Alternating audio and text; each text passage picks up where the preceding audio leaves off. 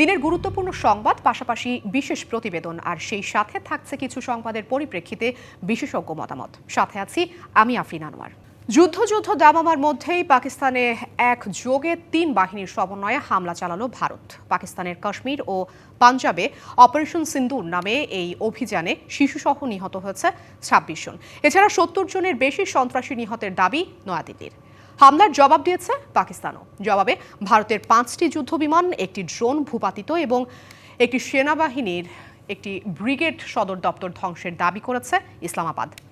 প্রতিশোধমূলক অভিযান সফলভাবে সম্পন্ন হয়েছে উল্লেখ করে মন্ত্রিসভার বৈঠকে নরেন্দ্র মোদী বলেছেন, সন্ত্রাসীদের বিরুদ্ধে জিরো টলারেন্স নীতি অব্যাহত থাকবে। গেল কয়েকদিনের চলা শঙ্কায় এবার সত্যি হলো। মঙ্গলবার মধ্যরাতের পর পাকিস্তান নিয়ন্ত্রিত আজাদ কাশ্মীরের বাসিন্দাদের ঘুম ভাঙে ভারতের ক্ষেপণাস্ত্র ও বিমান হামলার বিস্ফোরণের শব্দে। ঘটে হতাহতের ঘটনা।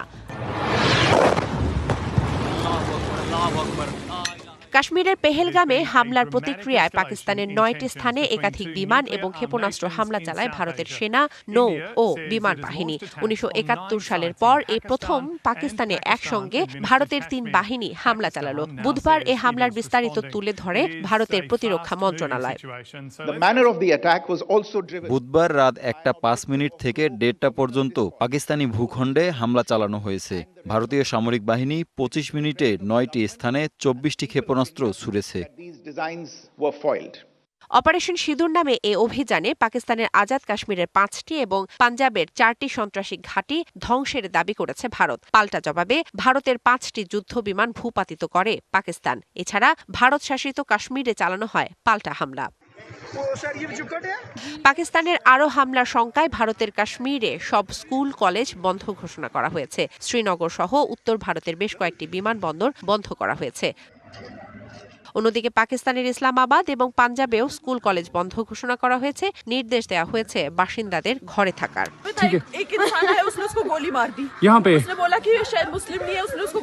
গত ২২শে এপ্রিল পেহেলগামে পর্যটকদের উপর বন্দুকধারীদের হামলায় ২৬ জনের প্রাণহানির পর পাকিস্তানের সঙ্গে চলমান উত্তেজনার মধ্যে প্রথমবারের মতো এই হামলা চালায় দিল্লি। পাকিস্তান এই হামলাকে সরাসরি যুদ্ধ ঘোষণার শামিল বলে মনে করছে। পাকিস্তানের প্রধানমন্ত্রী শাহবাজ শরীফ বলেছেন, ভারতের এই আচরণ আঞ্চলিক স্থিতিশীলতা এবং শান্তির জন্য মারাত্মক হুমকি।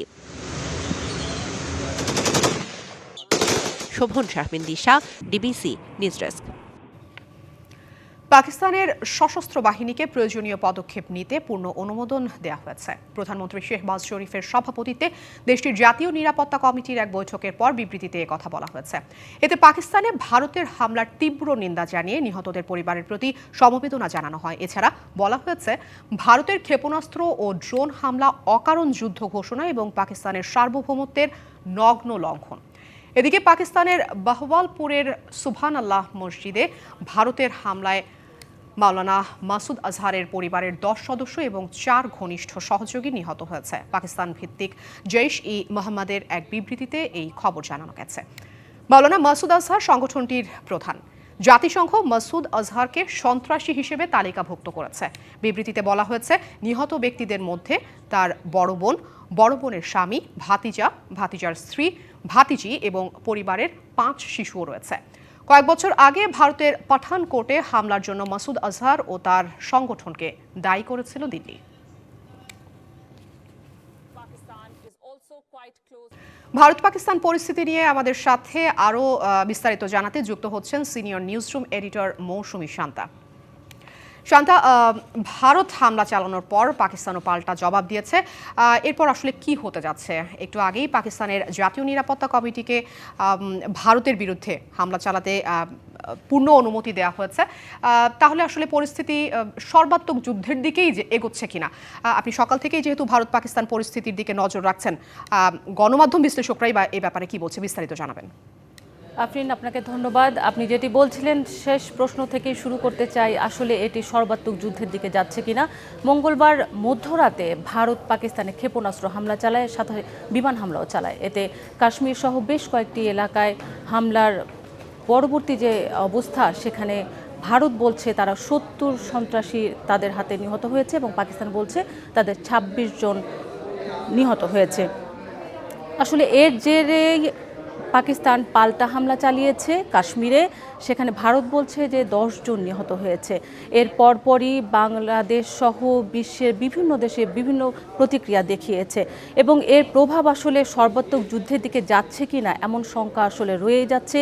বিশ্লেষকরা বলছেন অবশ্য যে এটি সার্জিক্যাল স্ট্রাইক হতে পারে, তবে সর্বাত্মক যুদ্ধের শঙ্কা এখনই উড়িয়ে দেওয়া যায় না, কারণ ইতোমধ্যেই ভারত পাকিস্তানের মধ্যে বিমান চলাচল কিছুটা সীমিত হয়ে এসেছে। বিভিন্ন এয়ারলাইন্স, বিভিন্ন দেশের এয়ারলাইন্সের তাদের যে এয়ারলাইন্সের ফ্লাইট চলাচল সেগুলো সীমিত এবং রুট পরিবর্তনের পাশাপাশি ফ্লাইটও বাতিল করা হয়েছে। তো আমরা যেটা দেখছি যে সকাল থেকেই যেটা হয়েছে আসলে কিন্তু প্রভাব পড়তে শুরু করেছে বিশ্বে। এছাড়া যে যুদ্ধের যে সর্বাত্মক যুদ্ধের যে প্রভাবটা বিশ্বে পড়ে, যেটা পরবর্তীতে অর্থনৈতিক প্রভাবটাই আসলে সবচেয়ে বড় হিসেবে বিবেচনা করেন বিশ্লেষকরা। ইতোমধ্যে আমরা জেনেছি ভারতের শেয়ার দর পতন হয়েছে এবং বাংলাদেশেও এর প্রভাব পড়েছে। শান্তা, একটু যদি আপনি বিশ্লেষণ করেন যে ভারত পাকিস্তান সংঘাত নিয়ে কিন্তু আঞ্চলিক নিরাপত্তায়ও একটা প্রভাব ফেলেছে, সেই বিষয়টিকে আসলে আপনি কিভাবে দেখছেন? আপনি যেটি বলছিলেন যে আঞ্চলিক নিরাপত্তার বিষয়টি কিভাবে দেখছেন, আসলে গণমাধ্যম, বিশ্ব গণমাধ্যম এবং আঞ্চলিক নিরাপত্তা আশপাশে ভারত পাকিস্তানের যে প্রতিবেশী দেশ রয়েছে, পাকিস্তানের সাথে রয়েছে আফগানিস্তান, ভারতের সাথে রয়েছে বাংলাদেশ, পাকিস্তান, তুরস্ক, চীন, কয়েকটি দেশ পাশাপাশি যে রয়েছে প্রতিবেশী দেশগুলো, ইতোমধ্যেই কিন্তু পক্ষপাতমূলক অবস্থান নিয়েছেন কিছু দেশ। ভারতের পক্ষে ইসরায়েল কথা বলেছে, ইসরায়েল বলছে যে ভারত আত্মরক্ষার খাতিরে তারা এই হামলা চালিয়েছে। পাকিস্তানের পক্ষে কথা বলছে তুরস্ক, তারা বলছে যে পাকিস্তানেরও আত্মরক্ষার কৌশল হিসেবে পাকিস্তান হামলা চালিয়েছে। কেননা 22শে এপ্রিল পেহেলগামে যে হামলাটি হয়েছে, ভারত দায়ী করছে যে এতে জড়িত পাকিস্তানের সন্ত্রাসী গোষ্ঠী, যদিও প্রথম থেকেই পাকিস্তান এটি অস্বীকার করে এসেছে। তবে যেটি বিশ্লেষকরা বলছেন যে এটি হামলার জেরে এ পর্যন্ত যে গণমাধ্যমে প্রভাব রয়েছে, সেটি কিন্তু গণমাধ্যম বলছে যে ইতোমধ্যেই হামলার পরপরই মার্কিন যুক্তরাষ্ট্র কিন্তু তাদের বিবৃতি দিয়ে দিয়েছে এবং প্রতিক্রিয়া জানিয়েছেন ডোনাল্ড ট্রাম্প।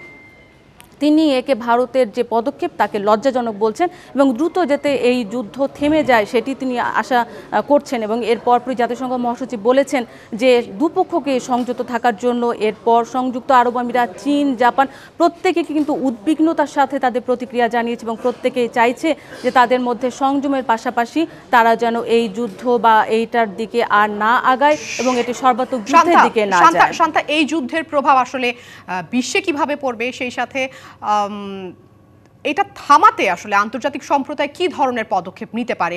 পক্ষপাতিত্ব শুধু করলেই তো যুদ্ধ থেমে যাবে না, থামানোর জন্য কি ধরনের পদক্ষেপ নিতে পারে আন্তর্জাতিক নেতৃবৃন্দরা? আফরিন, আপনি যেটি বলছিলেন যে আমি এর আগেই বললাম যে ভারত পাকিস্তান দুপক্ষই হামলা চালানোর পর, পাল্টাপাল্টি হামলা চালানোর পরই কিন্তু একটি দেশ আরেকটি দেশের পক্ষ নিচ্ছে এবং তারা সাফাই গেছে একে অন্যের জন্য। আসলে এগুলো করে বিশ্লেষকরা বলছেন এগুলো করে আসলে সর্বাত্মক যুদ্ধ থামানো যাবে না বা তার শঙ্কাটা উড়িয়ে দেওয়া যায় না। এই জন্য প্রত্যেকেই বলছেন এবং বিশেষজ্ঞরা এবং যারা রাষ্ট্রগুলো রয়েছে, আন্তর্জাতিক সম্প্রদায়, তারা বলছে যে মূলত আলোচনার টেবিলে বসলেই আসলে এই সমাধান সম্ভব এবং কূটনৈতিক আলোচনার মাধ্যমে এর শান্তিপূর্ণ সমাধান খোঁজা উচিত বলে মনে করছে এবং মধ্যস্থতার মাধ্যমে আসলে যে কোনো দেশকে এই তাদের উদ্যোগ নিতে হবে, তাদের এই যুদ্ধ পরিস্থিতি যেন থেমে যায় এবং এর প্রভাব যেন আঞ্চলিক তার উপরে যেন হুমকি স্বরূপ না হয়, সেটি তারা করতে পারে বলে বিশেষজ্ঞরা মনে করছে। শান্তা, আপনাকে অসংখ্য ধন্যবাদ যুক্ত থাকবার জন্য এবং এতগুলো তথ্য দেওয়ার জন্য। পাকিস্তানে ক্ষেপণাস্ত্র হামলার উত্তাপ ছড়িয়েছে গোটা দুনিয়ায়। উদ্বেগ আর শঙ্কার রেখা বিশ্ব নেতাদের কপালেও। ভারতের চালানো অপারেশন সিন্দুরকে লজ্জাজনক পদক্ষেপ বলে মন্তব্য করেছেন মার্কিন প্রেসিডেন্ট। ঘটনাকে দুঃখজনক বলছে চীন, আর দুই দেশকে দ্রুত উত্তেজনা প্রশমনের পাশাপাশি সর্বোচ্চ সংযম দেখানোর আহ্বান জানিয়েছে জাতিসংঘ। মঙ্গলবার মধ্যরাতে পাকিস্তানের বিভিন্ন স্থানে একযোগে একাধিক বিমান ও ক্ষেপণাস্ত্র হামলা চালিয়েছে ভারতের সেনা, নৌ ও বিমান বাহিনী। এ অভিযানে হতাহতের ঘটনায় উদ্বিগ্ন বিশ্ব। ঘটনাকে লজ্জাজনক পদক্ষেপ উল্লেখ করেছেন মার্কিন প্রেসিডেন্ট ডোনাল্ড ট্রাম্প। হোয়াইট হাউসে পাকিস্তানে হামলা ইস্যুতে সাংবাদিকদের প্রশ্নে দ্রুতই সংকট কাটবে বলে আশার বাণী শোনান ট্রাম্প। আমি খবরটি শুনেছি, এটি খুবই লজ্জাজনক। মানুষ এটা আন্দাজ করেছিল কিছু একটা হতে চলেছে। আশা করছি দুই দেশের মধ্যে চলমান সংকটের অবসান হবে।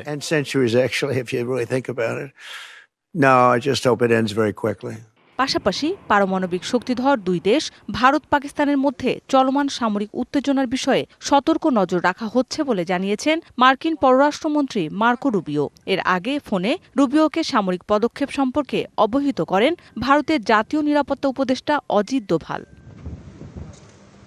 পাকিস্তানে ভারতের ক্ষেপণাস্ত্র হামলাকে দুঃখজনক বলে মন্তব্য করেছে চীন। বিষয়টি পর্যবেক্ষণ করা হচ্ছে উল্লেখ করে দেশটির পররাষ্ট্র মন্ত্রণালয় সংকট এড়াতে দুপক্ষকে শান্ত থাকার আহ্বান জানিয়েছে। ভারত পাকিস্তানের সামরিক উত্তেজনায় উদ্বেগ জানিয়েছে জাপানও।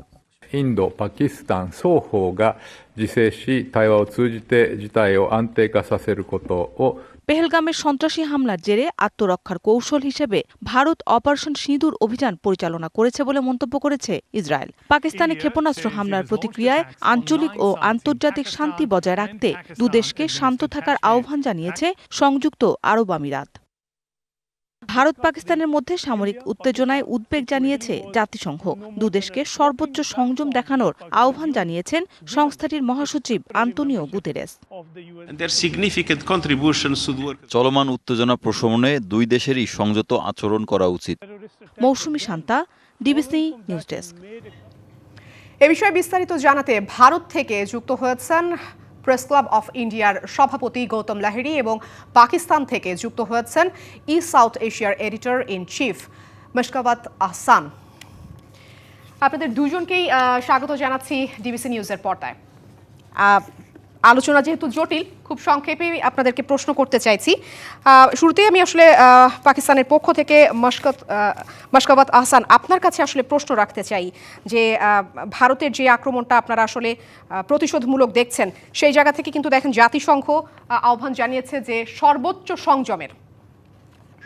সংযমের জায়গাটাতে আসা যায় কিনা। আমরা যদিও জেনেছি কিছুক্ষণ আগেই যে পাকিস্তানের জাতীয় নিরাপত্তা কমিটি থেকে যুদ্ধের সমস্ত প্রস্তুতি নেয়ার কথা বলে দেওয়া হয়েছে। কি দেখছেন পরিস্থিতি? ধন্যবাদ আপনাকে। পাকিস্তানের জাতীয় নিরাপত্তা কমিটির যে বৈঠকটি অনুষ্ঠিত হয়েছে, সেখানে তারাও কিন্তু যেটা দেখলাম যে উল্লেখ করেছে যে তারা কেবলমাত্র ভারত হামলা চালালে তার উত্তর দেবে, যেমনটা মঙ্গলবার রাতে বা গত রাতের যে হামলা হয়েছে সেটার জবাব তারা দিয়েছে। কোনো ক্ষেত্রে নিজে থেকে কোনো হামলায় তারা যাবে না, এরকম একটি কথা তাদের প্রত্যেকের বক্তব্যে ছিল। আর পাকিস্তানের প্রধানমন্ত্রী শাহবাজ শরীফ একটু আগে পার্লামেন্টে যে কথা বলছিলেন, সেখানেও উনি ওইটাই বলেছেন যে আসলে ভারত যেরকম একটি অভিযোগ উত্থাপন করেছে পাকিস্তানের ব্যাপারে এবং সেই অভিযোগটি প্রমাণ না করে একপেশেভাবে যে যুদ্ধ চাপিয়ে দিয়েছে, এ ব্যাপারে উনি আন্তর্জাতিক বিশ্বের দৃষ্টি আকর্ষণ করেছেন। সুতরাং পাকিস্তান কেবলমাত্র জবাব দেবে, নিজে থেকে কোনো যুদ্ধে যাবে না, এরকমটাই এখন পর্যন্ত মনে হচ্ছে। ধন্যবাদ আপনাকে। গৌতম লাহিড়ী, আপনার কাছে একটু জানতে চাই, যেহেতু আসলে আপনাদের এই যে আক্রমণটা সেটাকে খুবই সফলভাবে আক্রমণটা হয়েছে এমনটাই জানিয়েছে এবং জানিয়েছে যে ভারত জিরো টলারেন্স নীতিতে রয়েছে এবং বিশ্বকেও সন্ত্রাসবাদের বিরুদ্ধে জিরো টলারেন্স নীতি দেখাতে হবে। পরবর্তী আসলে পদক্ষেপ কি হতে পারে? সরাসরি সর্বাত্মক যুদ্ধের দিকেই কি আসলে আপনারা এগোচ্ছেন, ভারত পাকিস্তান এগোচ্ছে, নাকি এটা স্ট্র্যাটেজিক্যাল স্ট্রাইক যেটাকে বলা হচ্ছে, বিশেষজ্ঞরা বলছেন সেটা আক্রমণ পাল্টা আক্রমণে তো আসলে সহনশীলতার জায়গাটা দেখানোর কোনো সুযোগ নেই? দেখুন, এখন পর্যন্ত যা ঘটেছে সেটা হচ্ছে যে 2008-এ মুম্বাইতে যে জঙ্গি হামলা ঘটেছিল, তারপরেই প্রথম এত বড় সংখ্যক 25 জন ভারতীয় এবং একজন নেপালি নাগরিককে জঙ্গিরা এসে কাশ্মীরে ঢুকে হত্যা করে গেছে। ফলে গোটা দেশ জুড়ে একটা ক্ষোভ চলছিল এবং সরকারের উপর চাপও ছিল যে এর একটা উপযুক্ত কোনো শাস্তি বা ব্যবস্থা নেওয়া হোক। সেইভাবেই কিন্তু নির্দিষ্টভাবে পররাষ্ট্র সচিবের, যদি আপনারা প্রেস কনফারেন্সটা শোনেন তাহলে দেখবেন, তাতে কিন্তু স্পষ্ট ভাষায় তিনি বলেছেন কেবলমাত্র 9টি, অর্থাৎ পাকিস্তান এবং পাকিস্তানের অধীনে যে কাশ্মীর আছে সেই জায়গাতে জঙ্গিদের যে আস্তানা বলে যেটা ভারতের গোয়েন্দারা খবর দিয়েছিল, সেই ভিত্তিতে কেবলমাত্র সেই জায়গাগুলোতেই আঘাত করা হয়েছে। সাধারণ নাগরিক বা কোনো সামরিক এস্টাবলিশমেন্ট, তাদের উপর কোনো আক্রমণ করা হয়নি। এবং পররাষ্ট্র সচিব এটাও বলেছেন যে জাতিসংঘ যে 25শে এপ্রিল যে স্টেটমেন্ট দিয়েছিলেন যে এই হামলার জন্য যারা দায়ী তাদের উপযুক্ত বিচারের আওতায় বা শাস্তি দিতে হবে, পররাষ্ট্র সচিব দাবি করেছেন যে জাতিসংঘের সেই যে বিবৃতি তারই অনুসারে ভারতের এই পদক্ষেপ, এবং ভারত চায় যে, কারণ 15 দিন ঘটে গিয়েছে পাকিস্তানের তরফ থেকে এই জঙ্গিদের সম্পর্কে যে বলা হয়েছিল তারা কোনো ব্যবস্থা নেননি, সেটাও পররাষ্ট্র সচিব বলেছেন। আমার মনে হয় যেটা এটাও বলেছেন পররাষ্ট্র সচিব, এটাকে যাতে উত্তেজনা বাড়ানোর কারণে এসকালেশনের জন্য আমরা এই হানাটা করিনি। অর্থাৎ ভারত চাইছি না যে এটা কোনো সামরিক সংঘাতে রূপান্তরিত হোক। জঙ্গিদের বিরুদ্ধে ব্যবস্থাটা পাকিস্তানকেই নেওয়া উচিত ছিল, সেটা যদি না নিয়ে থাকে বাধ্য হয়ে ভারত কিন্তু সীমানা অতিক্রম করেনি। ভারতের বায়ুসেনার বিমানগুলি দূর থেকে ক্ষেপণাস্ত্র নিক্ষেপ করেছে, একটি ব্রহ্ম মিসাইল এবং একটি স্টেলথ বম্বার বলা হয়, যেভাবে ওসামা বিন লাদেনকে মারা হয়েছিল, এটা সেই ধরনের একটা গৌতম লাহিড়ী, আমি ক্ষেপণাস্ত্র দিয়েছে। আপনার কাছে আবারও ফলে ফিরবো। যাতে আপনার এই প্রশ্নটাই আমি আপনার এই প্রশ্নটা একটু মাসকাওয়াত আহসানকে আমি করতে চাই। জনাব মাসকাওয়াত আহসান, ভারত যেরকম বলছে যে সুনির্দিষ্ট 9টি জঙ্গি আস্তানায় তারা হামলা চালিয়েছে, এবং আরও একটি প্রতিবেদন এসেছে যে মাসুদ আজহারের ব্যাপারেও কিন্তু জাতিসংঘের তালিকাভুক্ত তিনি সন্ত্রাসী। পাকিস্তান আসলে এই মাসুদ আজহারের ব্যাপারে তাদের গোয়েন্দা প্রতিবেদন বা তাদের গোয়েন্দা তথ্য কি বলছে? কেন তারা আসলে পাকিস্তান এই জঙ্গিদের ব্যাপারে কোনো পদক্ষেপ নিল না? ভারত আসলে যে ব্যাপারটা জানিয়েছে যে 15 দিনেও তারা আসলে তাদের পাকিস্তান কোনো পদক্ষেপ নেয়নি, কেন আসলে? একটা ব্যাপার হচ্ছে যে আপনার নিশ্চয় মনে আছে যে এই যে পেহেলগামে যে হামলার ঘটনা ঘটেছে তার বেশ কিছুদিন আগে পাকিস্তানের বেলুচিস্তানে একটি ট্রেন হাইজ্যাক হয়েছিল, এবং সেটার প্রেক্ষিতে তথ্যপত্র উপস্থাপন করেছিল পাকিস্তানের সেনা কর্তৃপক্ষ যে সেখানে ভারতীয় গোয়েন্দা সংস্থার সম্পৃক্ততা রয়েছে। তাছাড়া পেহেলগাম হামলার পরেও বালুচিস্তান এবং আফগান সীমান্তবর্তী যে পাকিস্তানের ওয়াজিরিস্তান, এই সমস্ত এলাকায় বেশ কিছু হামলার ঘটনা ঘটেছে, এবং সেজন্য পাকিস্তানের পক্ষ থেকে ভারতকে দায়ী করা হয়েছে। সুতরাং একটা জিনিস কিন্তু এখানে খুব পরিষ্কার যে ভারত এবং পাকিস্তান এই দুটির কেউই খুব সাধু সন্ত সেজে যাওয়ার খুব সুযোগ নেই। এবং ভারত যে এই যে একপেশেভাবে সবসময় বলে থাকে যে পাকিস্তান একটি সন্ত্রাসী রাষ্ট্র, আমরা যদি দুটি রাষ্ট্রের গোয়েন্দা সংস্থার কর্মকাণ্ডকে মোটামুটিভাবে পর্যবেক্ষণ করি, আমরা দেখি যে একে উভয়ের দেশে সন্ত্রাসীদের সহযোগিতা করে থাকে। এবং পাকিস্তানে 2014 সালের পর থেকে আন্তর্জাতিক কর্তৃপক্ষের মোটামুটি নজরদারির মধ্যে বা তাদের মনিটরিং এর মধ্যে এখানে সন্ত্রাসবাদের নির্মূলের ঘটনা ঘটেছে। এবং এই যে সংগঠনগুলোর কথা ভারত উল্লেখ করে, এই সংগঠনগুলো কিন্তু পাকিস্তানে নিষিদ্ধ হয়েছে, এদের কোনো সক্রিয়তা নেই। এবং আরো একটি বিষয় যে ভারত বললো না খুব প্রিসিশনের সঙ্গে হামলা করেছে, সন্ত্রাসী ঘাঁটিতে হামলা করেছে, তো আন্তর্জাতিক মিডিয়াতে আপনারা লক্ষ্য করবেন বিবিসি এবং অন্যান্যরা দেখাচ্ছে যেটা, যে সেখানে দেখা যাচ্ছে যে ওই হাসপাতাল, শিক্ষা প্রতিষ্ঠান, বেসামরিক ব্যক্তিদের গৃহ, এসব জায়গায় হামলা হয়েছে। আর মাসুদ আজহার বলে যে সন্ত্রাসীর আত্মীয় স্বজন মারা গেছে, এমনটা দেখলে তো আসলে ধরুন ওই পাকিস্তান নিয়ন্ত্রিত কাশ্মীরে তো অনেক আত্মীয় স্বজন অনেকের আছে। আমি আপনার কাছে কতটা আন্তর্জাতিক আইনের মধ্যে রয়েছে আমি একটু সংক্ষেপে চলে যাব এই মুহূর্তে। গৌতম লাহিড়ী, আপনার কাছে একটু জানতে চাইছি যে আসলে যুদ্ধ এড়ানোর কোনো ধরনের পথ খোলা ছিল কিনা। আপনি যেটা বলছেন যে এটা জঙ্গি আস্তানা চিহ্নিত করে সেখানে আক্রমণ করা হয়েছে, এটা কি আসলে তাহলে আমরা স্ট্র্যাটেজিক্যাল সার্জিক্যাল স্ট্রাইক ধরতে পারি কিনা, সুযোগ আছে কিনা ধরার? আপনি 2019-এও যদি দেখেন, পুলওয়ামার পর বালাকোটে যে সার্জিক্যাল স্ট্রাইক হয়েছিল তারপরে কিন্তু যুদ্ধ হয়নি, এবং এখনো পর্যন্ত গোটাটাই নির্ভর করছে, ধরুন পাকিস্তান তাদের উচ্চ পর্যায়ের বৈঠক করছে, সেখানে তারা কি সিদ্ধান্ত নেবে তার উপর ভারতের তরফ থেকে সেটা নিয়ে যেই আলোচনাই হয়ে থাকুক না কেন, ভারত একটা পদক্ষেপ নিয়েছে। তো সেটা ভারতের পররাষ্ট্র সচিব বলেছেন এটা ভারতের অধিকার সেলফ ডিফেন্সে, কারণে তারা নিয়েছে। এবার পাকিস্তান যদি কি ধরনের পদক্ষেপ নেবে তার উপর নির্ভর করছে ভবিষ্যৎ পরিস্থিতি। কারণ এটা ঘটনা যে দুদেশেরই ভারতের অন্তত সেনাবাহিনীর প্রস্তুতি তুঙ্গে আছে এবং সর্বোচ্চ ব্যবস্থা করে রাখা আছে। এখন পাকিস্তান যদি আক্রমণ করে তখন দেখা যাবে, তখন তো এটা যুদ্ধে রূপান্তরিত হবে কি হবে না তখন বলা যাবে, তার আগে নয়। চমৎকার। আমি সর্বশেষ প্রশ্নটা করতে চাই মাসকাওয়াত আহসান আপনার কাছে। আপনি যেরকম বললেন যে বেলুচিস্তান সহ কিন্তু পাকিস্তানে বেশ কিছু জঙ্গি হামলা হয়েছে, সেই জায়গা থেকে আসলে বোঝা যাচ্ছে যে ভারত পাকিস্তান দুজনেই আসলে এই হামলাটা জঙ্গিদের ক্ষেত্রে করতে যাচ্ছে। সেই জায়গায় ভারত এবং পাকিস্তানের উচ্চ পর্যায়ের বৈঠকের মধ্য দিয়ে এই সমস্যাটা নির্মূল করতে পারে কিনা? কারণ সাধারণ মানুষ বা ভারত পাকিস্তান কেউই প্রতিবেশী দেশ হিসাবে যুদ্ধ জড়াতে চায় না। জঙ্গিদের বিরুদ্ধে যে এই যুদ্ধটা, সেটা কি আসলে আলোচনার মাধ্যমে সুস্থ সমাধানে আসতে পারে কিনা, কি বিবেচনা করছেন?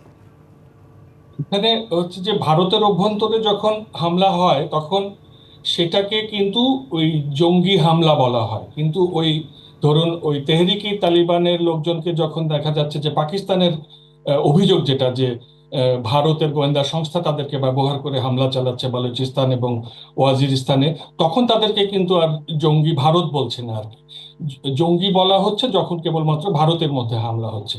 দুটি দেশের মধ্যে আলাপ আলোচনার মাধ্যমে তো এই সমস্যার সমাধান অনেক আগেই করার প্রয়োজন ছিল, কিন্তু যেহেতুই দেখা যায় যে ভারতের মধ্যে একটা ওই যে পাকিস্তানকে দেখিয়ে দেব বা এই ধরনের একটা মনোভাব আছে।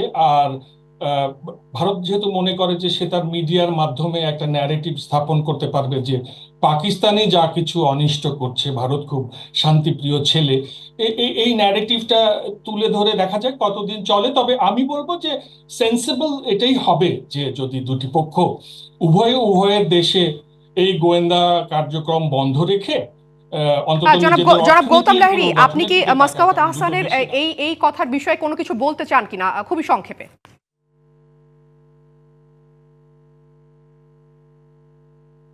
কি আমাকে প্রশ্ন করলেন? জি, জনাব মাসকাওয়াত আহসান যেটা বললো, আপনি সেই পরিপ্রেক্ষিতে আসলে কিছু বলতে চান কিনা, খুবই সংক্ষেপে? না, প্রথম কথা তো আমি বলবো, দেখুন, এখন পর্যন্ত যতগুলি সন্ত্রাসবাদী সংগঠনকে নিষিদ্ধ করেছে জাতিসংঘের নিরাপত্তা পরিষদ, সব বেশিরভাগই পাকিস্তানে অবস্থিত, সকলেই জানে। ভারতে অবস্থিত জঙ্গি সংস্থা নিষিদ্ধ হয়েছে জাতিসংঘ দ্বারা, আমি জানি না এরকম কোনো খবর। দুই, যে ঘটনা যেটা ঘটছে, আমি আগেও বলেছি আবারও বলছি, যে দেখুন, পাকিস্তান যদি মনে করে থাকে যে ভারতের বিরুদ্ধে এত বড় বড় অভিযোগ রয়েছে, তাহলে আন্তর্জাতিক মঞ্চে তো আনতেই পারত, কিন্তু আনেনি। ভারত তো আনছে আন্তর্জাতিক ভাবে। ভারত তো সমস্ত দেশের আজকে আমাদের জনাব গৌতম লাহিড়ী, পররাষ্ট্রমন্ত্রী, আপনাকে সকল অসংখ্য ধন্যবাদ। পররাষ্ট্রমন্ত্রীর সঙ্গে কথা পরিষ্কার বলে হয়েছে তারা আপনার জানাচ্ছেন বার্তাটিও, যে এবং আমরা আক্রমণ ধন্যবাদ করেছি। জানাচ্ছি মাসকাওয়াত আহসান আপনাকেও ডিবিসির পর্দায় যুক্ত হবার জন্য। তবে পাকিস্তানও তাদের কথা মতো বলতে পারতো আর কি। তো শক্তি প্রদর্শনের মহড়া নয়, হামলা পাল্টা হামলায় যুদ্ধ পরিস্থিতির দিকে এগোলো ভারত পাকিস্তান সম্পর্ক। ক্ষেপণাস্ত্র হামলা পাল্টা হামলায় প্রতিবেশী দুই দেশে যখন জানমালের বিনাশ ঘটছে, তখন শঙ্কা এসে ভর করেছে বাংলাদেশের আকাশেও। আন্তর্জাতিক সম্পর্ক বিশ্লেষকরা বলছেন, পরিস্থিতি সতর্কতার সাথে পর্যবেক্ষণ করা এবং বড় আকারে যুদ্ধ বাঁধলে নিজেদের হোমওয়ার্ক করা ছাড়া আর কিছু করার নেই আপাতত।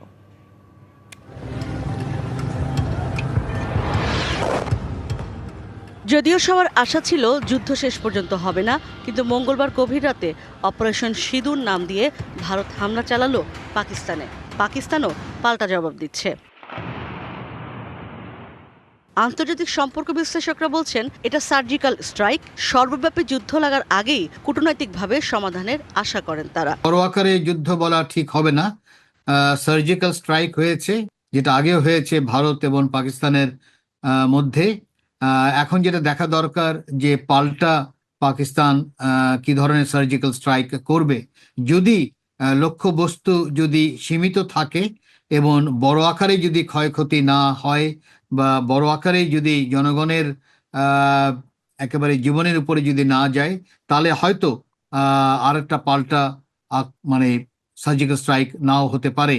এখনো আমরা বলতে পারি না যে পুরোপুরি যুদ্ধ লেগে গেছে, তবুও বড় রকমের সংঘর্ষ যে হচ্ছে সেটা প্রতীয়মান হয়েছে। দুই পক্ষের যদি তৈরি, তাদের মনের মধ্যে যদি কি বলা যায় রেশনালিটি থাকে, তাহলে তারা চেষ্টা করবে নিশ্চয়ই যুদ্ধের পাশ থেকে ফিরে আসতে।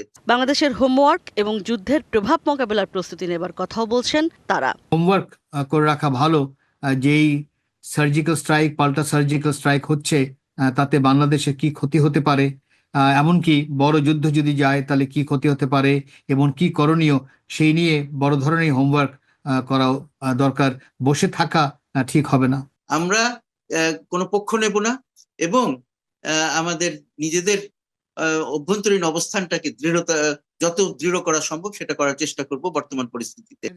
প্রতিবেশী দুই দেশের অসহিষ্ণু আচরণ শেষ পর্যন্ত যদি সর্বাত্মক যুদ্ধের রূপ নেয় আর তা লম্বা সময় ধরে চলে, তার প্রভাব পড়বে নিরপেক্ষ অবস্থানে থাকা বাংলাদেশের ওপর। সেই দুঃসময়ের কথা মাথায় রেখেই ছক করতে হবে এখন ঢাকাকে, বলছেন এই দুই আন্তর্জাতিক সম্পর্ক বিশ্লেষক। শুধু দুটো দেশের জনগণের যে ক্ষতি হবে না, বাংলাদেশেরও ক্ষতি হবে। ইশরাত জাহান উর্মি, ডিবিসি নিউজ, ঢাকা। ভারত ও পাকিস্তান পাল্টাপাল্টি হামলার ঘটনায় প্রতিক্রিয়া জানিয়েছে বাংলাদেশ। দুপুরে এক বিবৃতিতে উভয় পক্ষকে সংযম প্রদর্শনের আহ্বান জানিয়েছে পররাষ্ট্র মন্ত্রণালয়। কূটনৈতিক প্রচেষ্টায় চলমান উত্তেজনা কমবে এবং শান্তি বিরাজ করবে বলে আশাবাদ বাংলাদেশের। বিবৃতিতে পররাষ্ট্র মন্ত্রণালয় আরও বলেছে, ভারত এবং পাকিস্তানের ক্রমবর্ধমান পরিস্থিতি নিবিড়ভাবে পর্যবেক্ষণ করে এবং চলমান পরিস্থিতি নিয়ে গভীর উদ্বেগ প্রকাশ করেছে বাংলাদেশ। উভয় দেশকে শান্ত থাকার, সংযম প্রদর্শনের এবং পরিস্থিতি আরও খারাপ হতে পারে এমন কোনো পদক্ষেপ নেওয়া থেকে বিরত থাকার আহ্বান জানায় বাংলাদেশ।